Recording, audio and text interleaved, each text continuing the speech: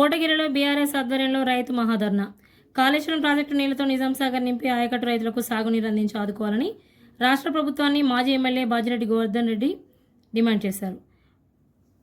ఎల్నివో ప్రభావంతో వర్షాలు కురవక నాట్లు వేసిన రైతులు పంటలు ఎండిపోవడంతో తీవ్రంగా నష్టపోతున్నారని, రాష్ట్ర ప్రభుత్వం వెంటనే కాళేశ్వరం ప్రాజెక్టు ద్వారా నిజాం సాగర్లో నీళ్లు నింపి నిజాం సాగర్ ఆయకట్టు రైతులకు సాగునీరు అందించి వారిని ఆదుకోవాలని కోరారు. ఈ మేరకు కోటగిరి మండల కేంద్రంలో రైతులకు మద్దతుగా బాన్స్వాడ నియోజకవర్గ బీఆర్ఎస్ ఆధ్వర్యంలో మహాధర్నా నిర్వహించారు.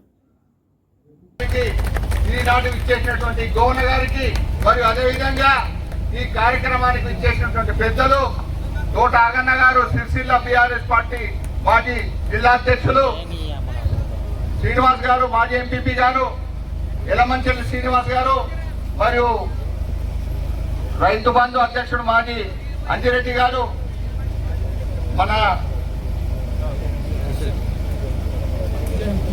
కిషన్ గారు, మరియు ఎల్ల రవికుమార్. ఆ పదవి తీసుకొని నిద్రపోతున్నావా?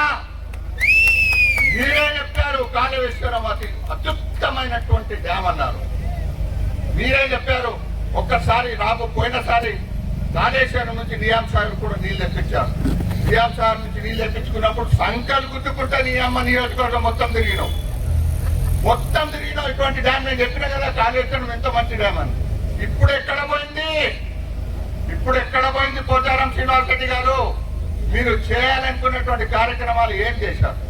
క్లుప్తంగా చెప్పండి, ప్రజలకు వివరించండి, దోచండి. ఇంకో దురదృష్టవంతుడు ఆడ ఆంధ్రోస్ ఇండస్ట్రీ చైర్మన్ బాగా ఇక వాడికి ఏంటంటే కనకపు సింహాసనం మీద శ్రోతలు కూర్చోడదగున అన్నట్టుంటది. వాడి అదృష్టం అంతే. వాడికి ఎప్పుడైనా ఎలక్షన్స్ వస్తే నీళ్లు ఇంటికి పడతాయి అని మీదికే పడతాయి. పదవి వస్తుంది, అన్నీ వస్తాయి. కాబట్టి ఈరోజు అంజరెడ్డి సోదరుడు చెప్పినట్టు ఇద్దరు రైతు పక్షాన ఉన్నటువంటి నాయకులు ఈరోజు మన బాన్స్వాడ నియోజకవర్గంలో మనల్ని రైతుల అఘోర పరిస్థితి ఏర్పడటానికి చేయండి. మీకు దమ్ముంటే మీరు సుమోటోగా కేసులు చేయండి. మేము పోలీస్ యంత్రాంగానికి కూడా చెప్తున్నాం, ప్రభుత్వాలు మారుతాయి, అధికారాలు మారుతాయి, కానీ మీరు మీ డ్యూటీలు చేయండి. ఎందుకంటే నిష్పక్షపాతంగా ఉంటే ఏ అధికారిని ఎవరు కూడా వేరెత్తి చూపరు. మేము కోరేది ఒక్కటే, ఈరోజు రాష్ట్రంలో 90% ఆదాయ వనరులు ఉన్నాయి అంటే అది వ్యవసాయం పైనే ఆధారపడి ఉన్న ప్రాంతం మనది తెలంగాణ ప్రాంతం. అలాంటి తెలంగాణ ప్రాంతంలో రైతాంగాన్ని కించపరుస్తూ మాట్లాడిన ముఖ్యమంత్రి పైన పోలీసులు సుమోటోగా కేసులు చేయాలి. వాటిని సోషల్ మీడియాలో పెడితే మా సోషల్ మీడియా వారియర్ల పైన కేసులు చేయడం ఏంటి? అంటే ఎవరో మాట్లాడిన వ్యాఖ్యలను, సీఎం గారు మాట్లాడిన వ్యాఖ్యలను మేము సోషల్ మీడియాలో పెడితే మా పైన కేసులు చేస్తున్నారు కదా, అంతకన్నా డబల్ సెక్షన్లు పెట్టి ప్రభుత్వం పైన, సీఎం గారి పైన కేసులు చేయండి మరి. కాబట్టి పోలీసులకు మేము చెప్పేది ఒకటే, ప్రభుత్వాలు మారుతాయి కానీ మీ డ్యూటీలు మారవు. కాబట్టి ప్లీజ్ నిష్పక్షపాతంగా విధులు నిర్వహించండి. ఎక్కడ వేధింపులకు గురి చేసే పరిస్థితులు చేయవద్దు. నేను ఇంకోటి కూడా చెప్తున్నాను. ఈరోజు మీరు కోటగిరిలో చూశారు ఏం పరిస్థితి. ఈరోజు మేము ఆల్రెడీ 24 hours బిఫోర్, నేను 24 గంటల ముందే నిన్న పొద్దున 9 గంటలకు లోకల్ ఎస్ఐ గారికి నేను ఫోన్ చేశాను. సార్, మేము రేపు కార్యక్రమం చేసుకుంటున్నాము, తహసీల్దార్ కార్యాలయం ముందు నిరసన దీక్ష చేసి తహసీల్దార్ గారికి వినతి పత్రం ఇవ్వడం జరుగుతుందని చెప్పాను.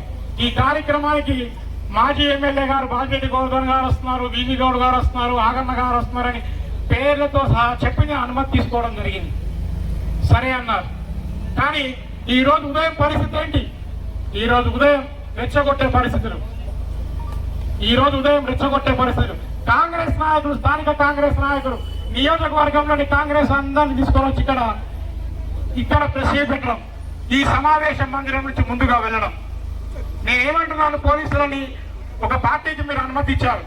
ఒక పార్టీకి అనుమతి ఇచ్చినప్పుడు మరో పార్టీ వాళ్ళకి మీరు ఏం చెప్పాలి? రేపు చేసుకోమని చెప్పండి, ఏదో సాయంత్రం 3 తర్వాత చేసుకోమని చెప్పండి. నేనేమంటున్నాను, అదే పరిస్థితి మాకు అనుమతి ఇస్తారా? మీరు అదే రకంగా మేము అడిగితే మాకు అనుమతి ఇచ్చేవాళ్ళ? ఇవ్వరు. కేసులు అవుతాయని బెదిరింపులకు గురి చేసేవాళ్ళు. కానీ కాంగ్రెస్ నాయకులకు ఎట్లా అనుమతి ఇచ్చారు మరి? కాబట్టి ప్లీజ్ నేను రిక్వెస్ట్ చేసేది ఒక్కటే, ప్రజాస్వామ్యంలో ప్రతి వ్యక్తికి ప్రతి రాజకీయ నేను నిజామని చూస్తున్నా ధర్నా ఉందని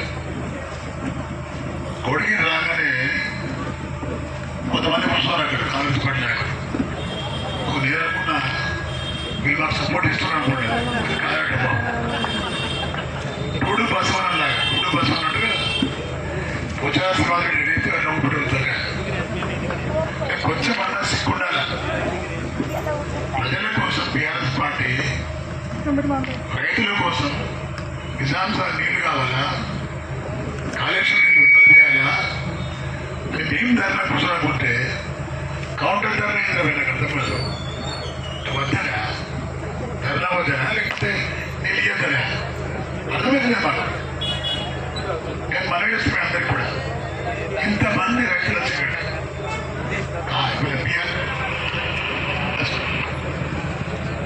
బీఆర్ఎస్ పార్టీ కండువాడు ఉండేది వేరే విషయం కానీ అంతా రైతులే ఫస్ట్ రైతు తర్వాత పార్టీ ఆ విధంగా వచ్చిన మనం అందరం కూడా నిజంగా బాస్వాడ నియోజకవర్గంలో ఉన్న రైతులు చాలా మంచి రైతులు ఎందుకంటే మీకు వచ్చిన నీళ్లు నిజామాబాద్ రోడ్లో కానీ ఆర్పులో కానీ రావు కారణం ఏంటంటే తలాపు ఉంది మీకు నిజాం సార్ వర్షం తక్కువ పడ్డా ఎక్కువ పడ్డా నిజాం సార్ నీళ్లు 1,10,000 ఎకరాలకు నీళ్లు అందించే ప్రజలకు మారిపోయింది ఇది లేని పరిస్థితి వల్ల కేవలం 60,000 ఎకరాలకు నీళ్ళు ఇచ్చేసిన పరిస్థితి ఇవాళ ఈ నియోజకవర్గం కాకుండా కామారెడ్డి జిల్లాలో 80,000 ఎకరాలు నిజామాబాద్ జిల్లాలో 35,000 ఎకరాలు 115,000 ఎకరాలు నిజాం సార్ ద్వారా మనకు రావాలి రెండంత ఆర్టీఎంసీ ఉంటే రావడానికి నీళ్ళు ఎక్కడ ఎక్కడికి రావాలి ప్రజలు విడుదల చేసిన నీళ్ళు ఎక్కడ పోతాయి అవి ఇంత సీనియర్ మోస్ట్ నాయకుడు శ్రీనివాసరెడ్డి కేసీఆర్ గారు తెలంగాణ రాకముందు బాగా ఆలోచించే